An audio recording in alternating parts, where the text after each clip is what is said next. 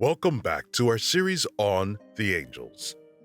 Millions of creatures exist that are far more perfect than man. While their abilities are extraordinary, even more sublime is their mission. Come with me as I explore the mysteries surrounding God's most faithful ministers, the admirable creatures we call the angels. Since we have made it this far into the investigation of the 9 choirs of angels, I think a recap is in order. A very brief summary of what we have learned so far will help prepare us for what we have yet to discover. What are the primary roles of each choir? The lowest sphere of angels, the principalities, archangels, and angels, are the ones you'll want to keep at the forefront of your mind because they deal directly with us. They deliver messages from God to humans and prayers from humans to God. They are spiritual and physical protectors of individual people, the church, nations, those who hold high offices, and the list goes on. They will offer aid in our spiritual warfare if we humbly ask. The second or middle sphere of angels, composed of the dominions, virtues, and the powers, fulfill God's plans for the universe. They take orders from angels above them to govern the universe. And lastly, the upper sphere consists of the seraphim, the cherubim, and the thrones. They are centered entirely on God. Each choir within the upper sphere is associated with a specific quality of God. The seraphim are called the burning ones, in acknowledgement of the fire of divine charity that surrounds God. Cherubim, meaning fullness of wisdom, are associated with the wisdom and omniscience of God. And lastly, the thrones are related to the power and almightiness of God. Today, we will be discussing the cherubim. Given that the cherubim are known for their fullness of wisdom, it makes sense that their true form would have multiple heads. In his vision of the living chariot of God, the prophet Ezekiel had a vision of the cherubim. In Ezekiel chapter 10, the prophet wrote that he first saw a luminous cloud coming from the north that was in perpetual motion, like the flames of a fire. Then, within that fire, he began to distinguish 4 living beings with bodies. Here's what he says of them. Each of the cherubim had 4 faces.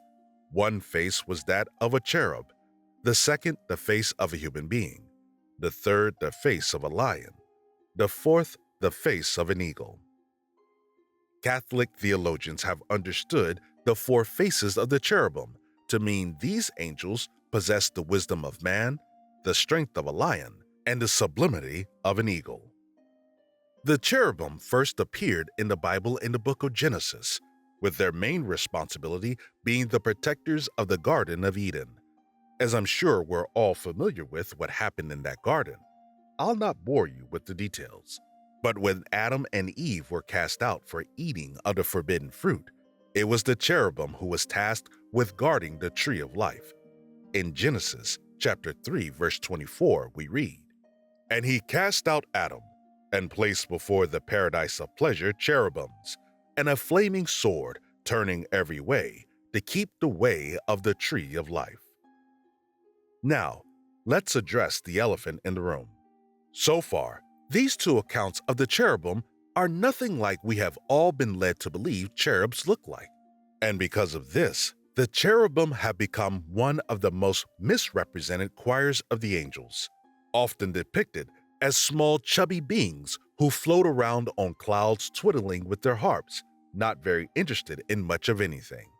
They couldn't be more opposite than this pathetic depiction of an angel, because their incredible powers and unique identity has been lost on our modern society over the years. Like most lies, or in this case, misrepresentations, there is an original story. The images that our minds conjure up when we think of cherubs are actually called putti.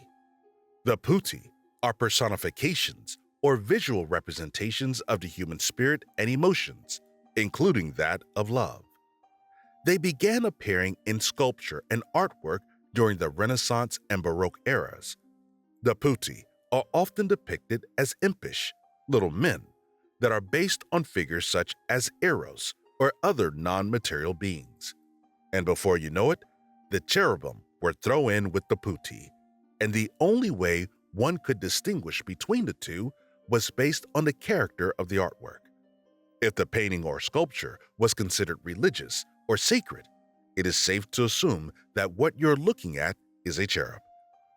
This is a sad but regrettable, irreversible mishap that has the terrifying splendor of the wise cherubim hidden behind the sentimental, romantic, and pudgy form of a Greek depiction of Eros. Now we move on to one final misconception about one very specific former member of the cherubim.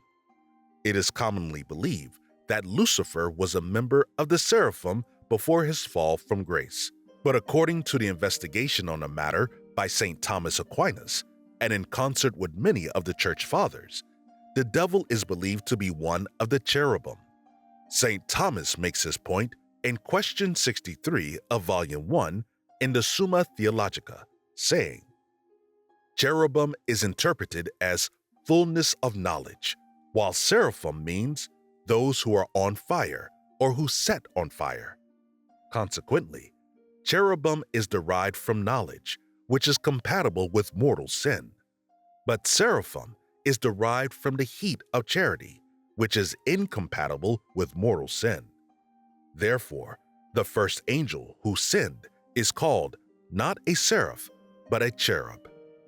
St. Thomas states that the devil fell from divine grace because, even though he had abundant knowledge, he lacked love.